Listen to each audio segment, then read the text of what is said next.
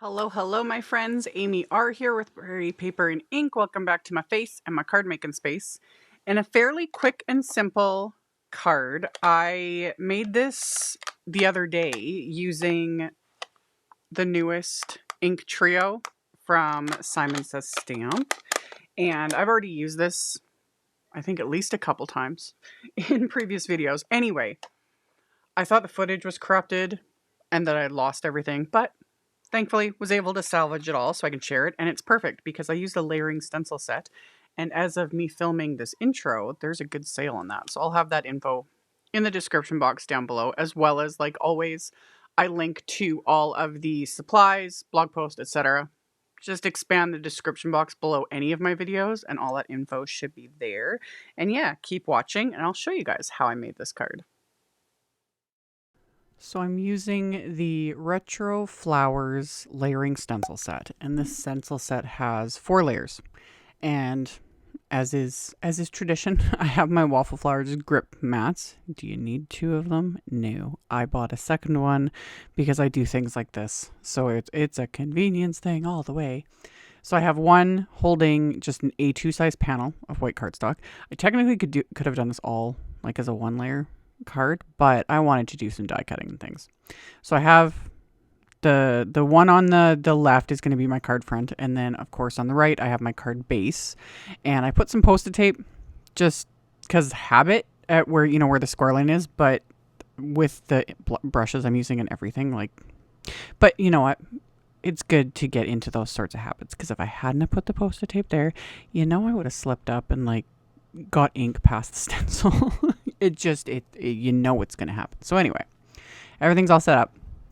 So I do the first layer, and I'm using the ink trio I showed in the intro. So Dew, Mist, and Raindrop. And I'm using all 3 colors on these blooms because the size of them is big enough that I can do a blend like this. And these colors just make me happy. You can do any colors. I used these in a video when were they part of a kit?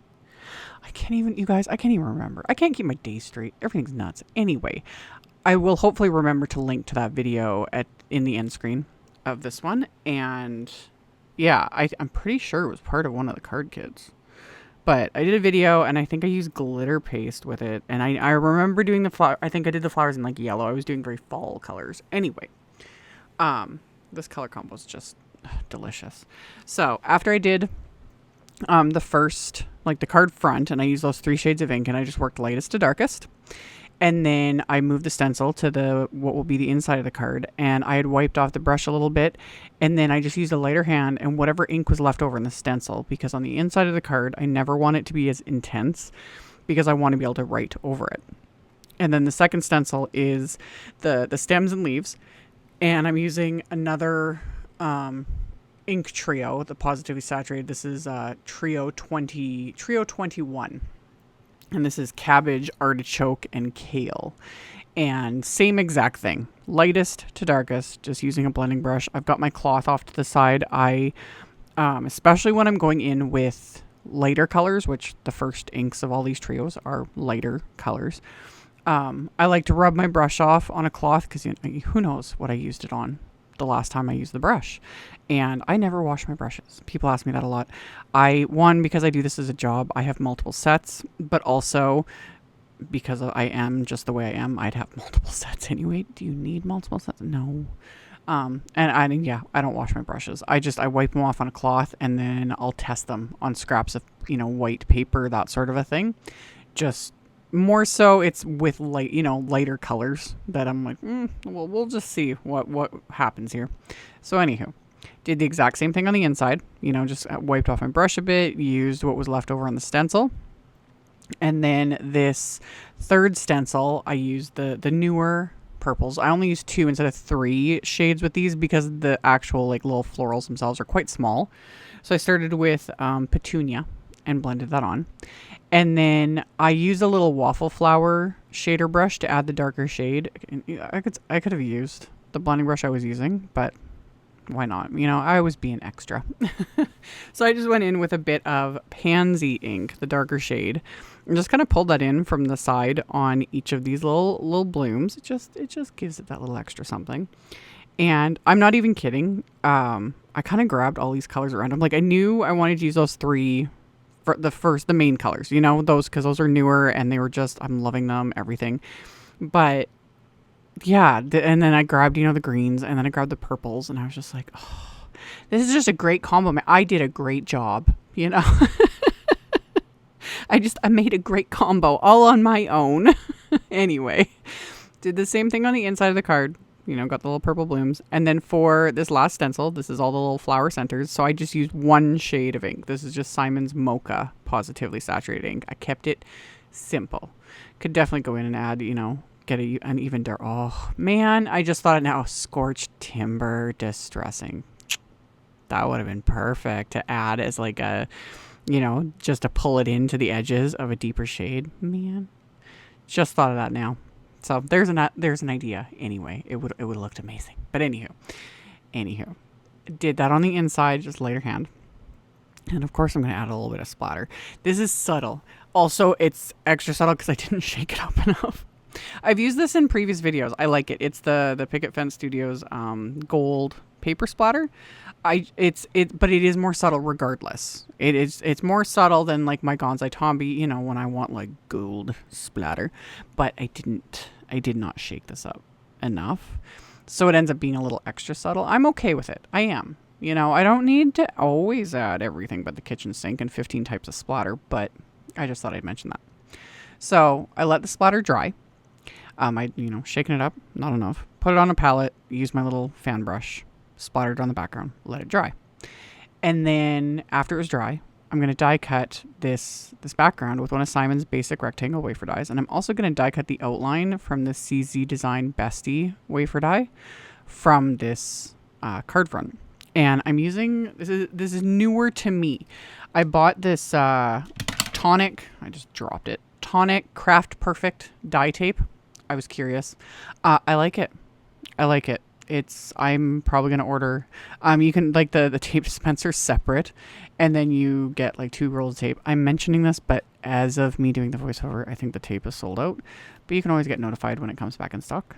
But yeah, I like it. I was more curious about it because you guys always see me use, like, I just use like washi tape from my stash, that sort of a thing. But for things like this, where I was taping the die into place, you know, and wanting to preserve everything, like really not wanting any tearing of the cardstock, for that I really like this tape. I was impressed, because even like lighter low tack tapes, washi tapes, different things, and people have said that to me because they're just like, oh, I don't like XYZ tape. One, that's the beauty of this, you know, hobby. There's so many options. Love it. And two, almost anything you run through a die cut machine, just the level of pressure that's being applied so often, even tapes that are very low tack, when you're putting it through that much pressure, it like fuses the tape to cardstock, which sometimes isn't a big deal, but sometimes you want to preserve those pieces. And in this case, I wanted to preserve that, you know, outline, everything. So this tape is a win so far. So we'll see. Anyway, I trimmed down some, I think this is Peacock cardstock from Concord 9th. It goes very nicely with this ink trio. And I made a panel that was slightly bigger than the background. And then I die cut pieces of it with that outline wafer die as well. I'm going to stack all these together.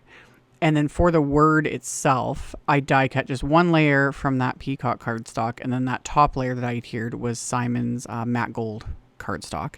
So I'm getting everything layered together here with my craft tacky glue. And I'm going to get that piece that I die cut from the background. So it's going to just nestle right back in there. And then I'll adhere the die cut word.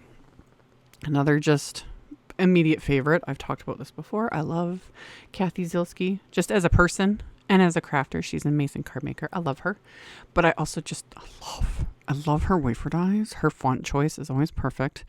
And I like her sense of humor, which she also like translates into her like stamps and stuff too. There's some good sentiments. Like I always find a gem here and there that I'm like, I like it. She's got, we are on similar wavelengths with the humor. So anywho, I used the wafer die as my main focus. Did all the adhering, like you guys could see, and then adhered that to my card base. And then I'm using the CZ Design kind of coordinating. These are the sentiment strips, the pre-printed sentiment strips, which most of the time I just eyeball and trim out with my paper trimmer. However, I also have this die set that I've used a million times over, and I have I purchased, like, there's more than one die set in that package because I use these so much. They're just Simon's Sentiment Label wafer dies, and these work really well too, especially if you struggle with eyeballing things like this to die or to trim them out. The wafer dies come in handy. Plus, it let me test that tape again because I was just curious. Again, it's working great. I'm really happy with it. So I die cut the sentiments I wanted out of those pieces of cardstock, and then I just shift them over a bit to cut the other ends. This is just me being a little extra, again, being a little finicky, because I like that pressure cut edge. There is a difference between like cutting something with a paper trimmer and die cutting it.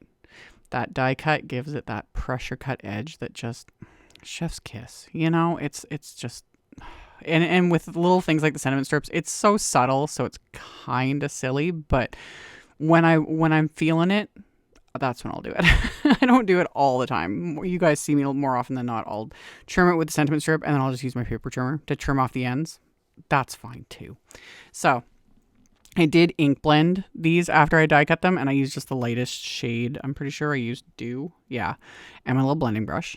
And then the one on the front I popped up with just a little thin foam strip. And then the one on the inside, I had ink blended as well. And then I just adhered that with some craft tacky glue. And it'll soften and smooth out, like all these colors with Simon's Pawsitively saturated inks. They do kind of smooth out and dry back a bit. So got those all adhered. And then, of course, I added a little extra bling just because. Some gold sparkle crystals from my stash just to tie it all together. So put a few of those above and below the die cut sentiment. I'm going to adhere those into place with little dabs of craft tacky glue. Just picking them up with my embellishment wand. A little dab of glue will do ya. Adhere it into place and we're good to go.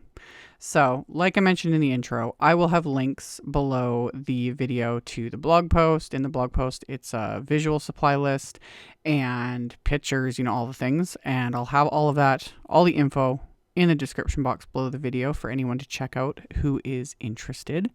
Thank you all so very much for taking the time to watch my videos and thumbs upping and commenting. It genuinely helps. I know I always joke about the robot overlords, but it's true, aka the algorithms. So it helps, and I appreciate it. And if you haven't subscribed, I would love to have you. And yeah, I will see you all very soon in the next video. Bye.